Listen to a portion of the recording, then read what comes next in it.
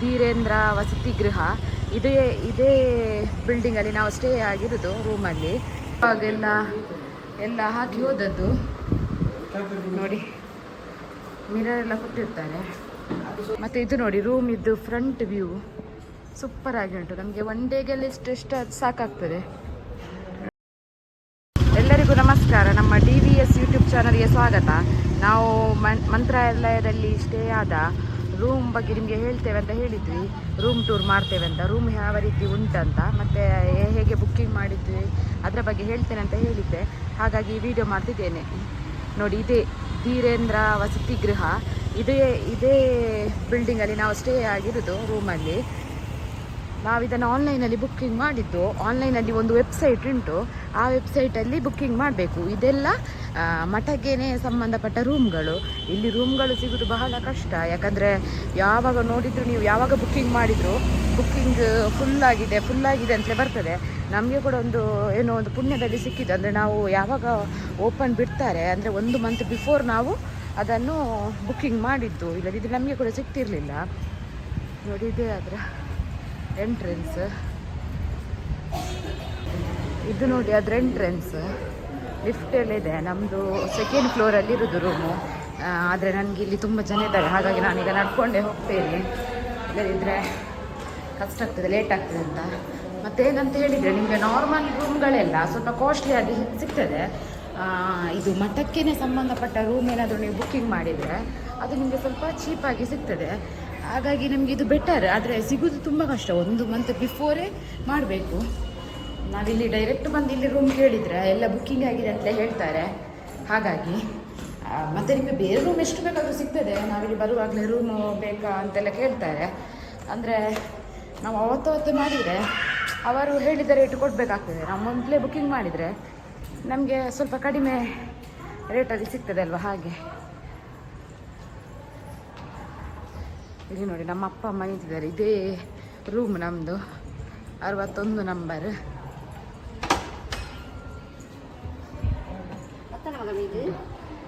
ಇಲ್ಲಿ ಮಠದ್ದೇ ರೂಮ್ ಆದರೆ ನಮಗೆ ಚೀಪ್ ಆ್ಯಂಡ್ ಬೆಸ್ಟ್ ಅಂತ ಹೇಳ್ಬೋದು. ಅಂದರೆ ನಾವಿಲ್ಲಿ ಮ್ಯಾಕ್ಸಿಮಮ್ 1 ದಿನ ಇರ್ತೇವೆ. ತುಂಬ ಕಾಸ್ಟ್ಲಿ ಇದ್ದು ಕೂಡ ಮಾಡಿದರೆ ವೇಸ್ಟ್ ಆಗ್ತದಲ್ವ. ಹಾಗಾಗಿ 600 ರುಪೀಸ್. ನಿಮಗೆ ವೆಬ್ಸೈಟ್ ಗೊತ್ತಾಗದಿದ್ದರೆ ಕಮೆಂಟ್ ಮಾಡಿ. ಇದು ನಾವೆಲ್ಲ ಅರ್ಜೆಂಟಾಗಿ ಹೋಗುವಾಗ ಎಲ್ಲ ಹಾಕಿ ಹೋದದ್ದು ನೋಡಿ, ಮಿರರ್ ಎಲ್ಲ ಕೊಟ್ಟಿರ್ತಾರೆ. ಅವ್ರು ಕೊಡುವಾಗ ನೀಟ್ ಇರ್ತದೆ. ಇದು ಎಲ್ಲ ಬಿಸಾಡಿದ್ದೆಲ್ಲ ನಾವು ಕೂಡ ಹೊರಡುವಾಗೆಲ್ಲ ಕ್ಲೀನ್ ಮಾಡಿ ಕೊಟ್ಟು ಹೋಗಬೇಕು. ಇದೀಗ ಟೆಂಪಲ್ಗೆ ಹೋದ ಅರ್ಜೆಂಟಲ್ಲಿ ಹೀಗೆ ಆಗಿದೆ ನೋಡಿ. ಒಂದು ಕಿಟಕಿ ಕೊಟ್ಟಿದ್ದಾರೆ. ನಾವಾಗ ಊಟಕ್ಕೆ ಹೋದ್ವಿ ಅಲ್ಲ, ಇದೇ ಕಡೆಯಿಂದ ಒಂದು ವಾಶ್ರೂಮು.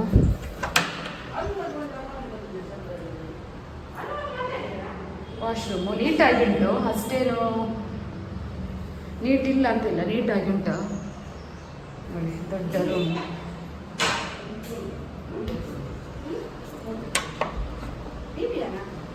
ಮತ್ತು ವಾಶ್ರೂಮಲ್ಲಿ ಬಿಸಿ ನೀರು ಕೂಡ ಬರ್ತದೆ.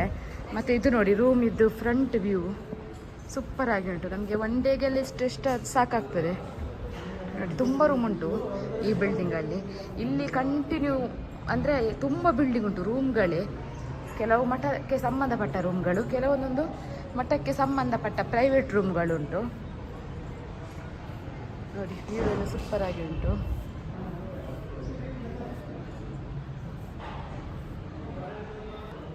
ಏನಂದರೆ ನೀವು ಇಲ್ಲಿ ಮಂತ್ರಾಲಯದಲ್ಲಿ ರೂಮ್ಗೇನು ಇದು ಇಲ್ಲ ಪ್ರಾಬ್ಲಮ್ಮು. ಇದು ನಾವು ಇರುವ ಬಿಲ್ಡಿಂಗಲ್ಲಿ ಸರೌಂಡಿಂಗಲ್ಲಿ 4 ಬಿಲ್ಡಿಂಗ್ ಉಂಟು, AC ನಾನ್ AC ಎಲ್ಲೋಟು.